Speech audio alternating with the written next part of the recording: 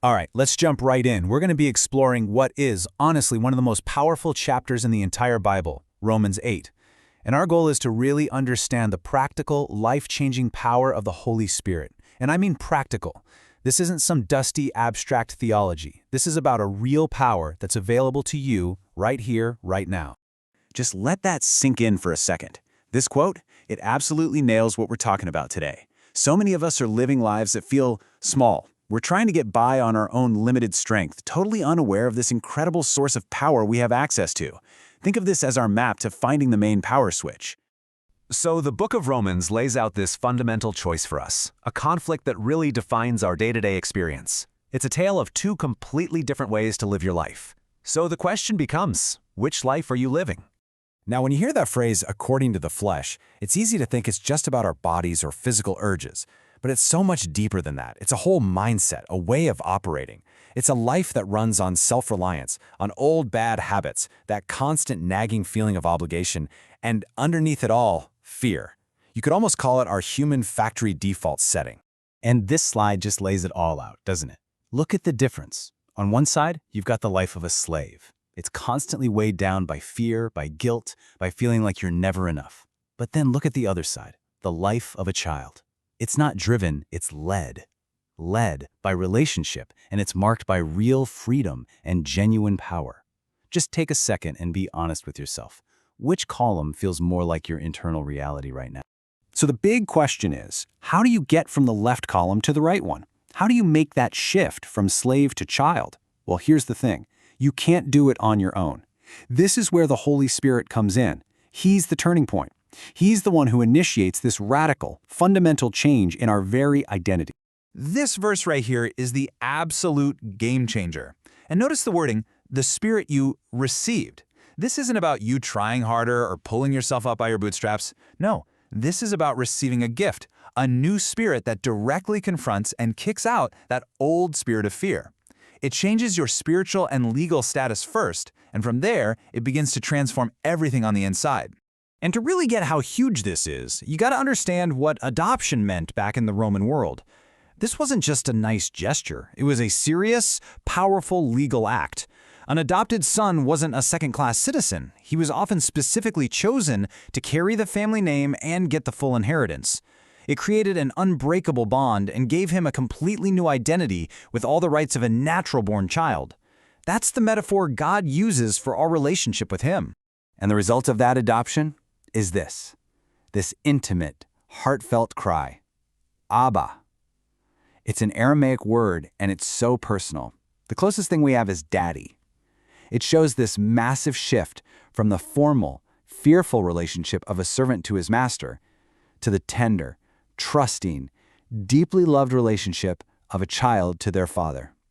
You have direct access. No appointment needed. Okay, so if we're not slaves anymore, but we're adopted children, what does that actually mean for us on a Tuesday afternoon?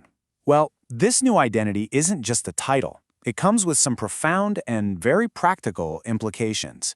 It changes everything about how we see our present and our future.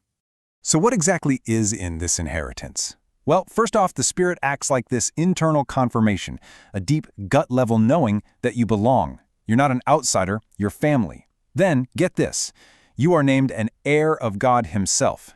And even more mind-blowing, you're a joint heir with Christ. That means what's His is also yours. And this new identity even changes how we view pain. Our suffering isn't pointless anymore. It actually gains a new purpose, leading to a share in future glory. And that is such a crucial point. This new identity doesn't mean a life free of pain. Let's be real. But what it does is it completely reframes it.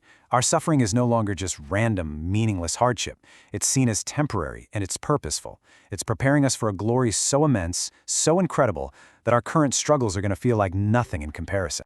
Now we get to what is honestly one of the most compassionate and beautiful things the Spirit does for us. He's not just there for us when we're strong. He actually steps in precisely when we are at our weakest and most vulnerable. Have you ever been there? I think every single one of us can relate to this. Those moments of grief or confusion or just bone-deep exhaustion where you can't even form the words to pray. You try and just nothing comes out. The Bible gets it. It validates that universal human experience. It's okay to not have the words. And this is the beautiful process that happens in those moments. So it starts with us, right? Step 1, we feel weak, the words are gone. Then, in step 2, the Spirit himself steps in and prays for us with what the Bible calls wordless groans. It's like he translates our pain and our heart's cry. In step 3, God, who knows the Spirit's heart perfectly, completely understands that prayer.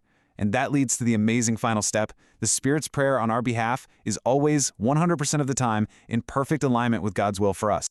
So please, hear this. This is the takeaway. Your lowest moments, your confusion, your inability to even know what to ask for, none of that disqualifies you. In fact, it's the opposite. Your weakness becomes the very place, the very invitation, for the Spirit to do his most powerful and intimate work. It's not a sign you're failing, it's an opportunity for divine help to rush in. Okay, this has all been really powerful stuff, I know. But the question is always, how does this actually work on a Monday morning?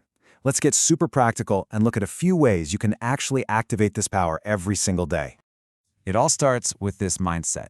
This has to be the foundation. The fact that the Holy Spirit lives in you is the ultimate proof that God is actively on your side. He isn't some distant judge waiting for you to mess up. He is for you. And when you really, truly start to believe that, all the threats and accusations from the world start to lose their sting. So how do we live this out? It's all about building a daily partnership. It can be as simple as starting your morning before you even check your phone and just inviting the Spirit to lead your day. When you're tempted, instead of just gritting your teeth and fighting alone, make it a reflex to call on Him for strength. When you're confused about a decision, just pause and ask for His guidance. When you feel weak, don't pretend you're strong, admit it, and lean on His strength. And, like we just talked about, when you can't pray, just be honest about it and let Him step in for you. So here's the bottom line. It is time to stop living on AA batteries when you have nuclear power inside of you. It's time to stop living like a spiritual orphan when you have been fully and legally adopted. You are not powerless. You are not alone. You are a child of the living God, and that comes with a glorious inheritance. You know, everything we've covered today, the power, the new identity, the help in our weakness, all of it is available to you right now. The Holy Spirit is ready. He's ready to transform your life from the inside out. The only question left is, are you ready to let Him?